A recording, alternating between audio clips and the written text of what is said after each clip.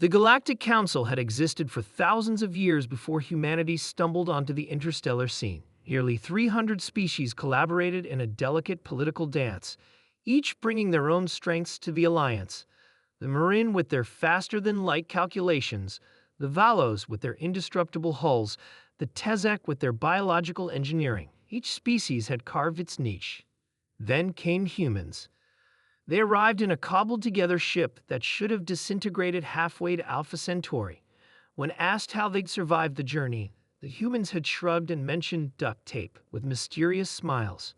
The Council, initially amused by these newcomers, soon learned that humans were puzzling in many ways. They required regular periods of unconsciousness they called sleep, during which they became temporarily disabled. This vulnerability seemed inexplicable to most Council species, who either rested in brief meditative states or had evolved beyond the need altogether. Even more baffling was the human warning that accompanied this quirk: never wake a sleeper.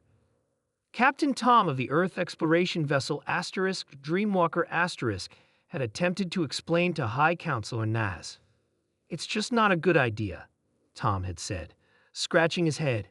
"We get cranky." Cranky? Naz's translator struggled with the term, his four eyes blinking in confusion. A minor emotional disturbance hardly seems worthy of such a warning. Tom had shrugged. "Just trust me on this one." That had been 6 months ago. Now, humanity had integrated somewhat into Council operations, though they remained an oddity.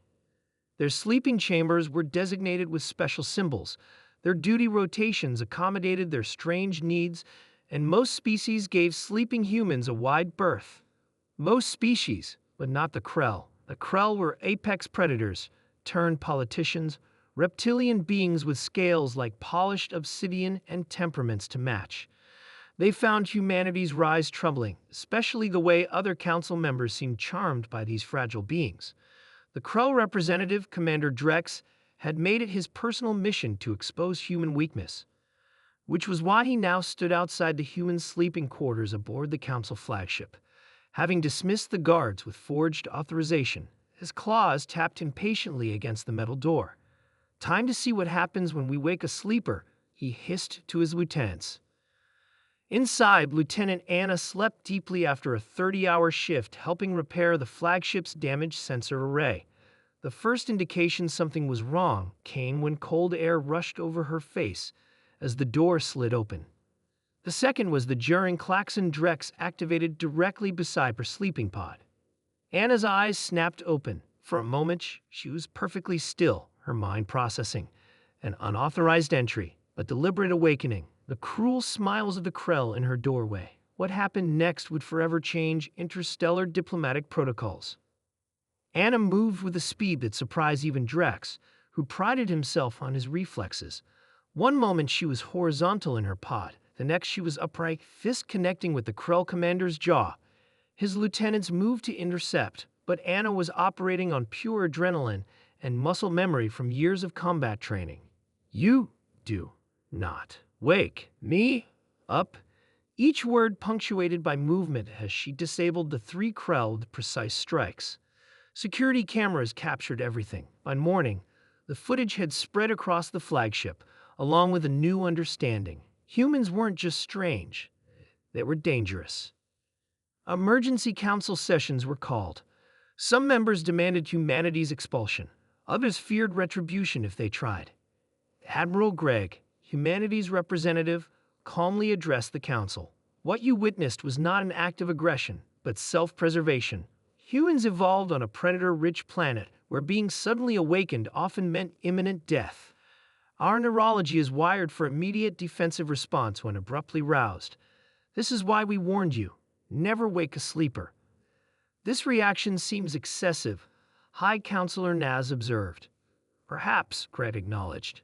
"But consider this. You've only seen what happens when you wake one human. Imagine if you were to wake all of us simultaneously. The implication hung in the air." The Council members shifted uncomfortably. "There's a term in our history," Gregg continued, "from when humans fought only each other. Let sleeping dogs lie. Later, during our expansion era, we modified it. Let sleeping humans lie. It's advice I strongly recommend you follow. The Council voted unanimously to create new diplomatic protocols regarding human sleep cycles. Commander Drex was reassigned to a distant outpost. Lieutenant Anna received a formal apology and a private commendation from Admiral Gregg for her restrained response. Months later, when the Skrull Armada attacked the Council without warning, it was the humans who responded first. The Council flagship watched in awe as humans emerged from their sleeping quarters, instantly battle-ready despite the hour. They coordinated defense strategies while half-dressed, fought with precision while still yawning, and ultimately drove back the attack while some Council species were still processing what had happened. Afterward, High Counselor Naz approached Admiral Gregg on the command deck. "I understand now," Naz said quietly. "Your people's strange vulnerability is also your strength. You exist constantly prepared for the unexpected." Gregg smiled. "We've had to be. Earth wasn't kind to those who slept too deeply. The Council has long wondered what humanity might contribute to our alliance. Now we know." Naz's 4 eyes blinked respectfully. "You are the ones who watch the darkness while the rest of us rest. You are the ones who wake ready to fight." From that day forward, no one in the Galactic Council ever again questioned why you never, ever wake a sleeper. And when the next crisis came, they were grateful for those who could.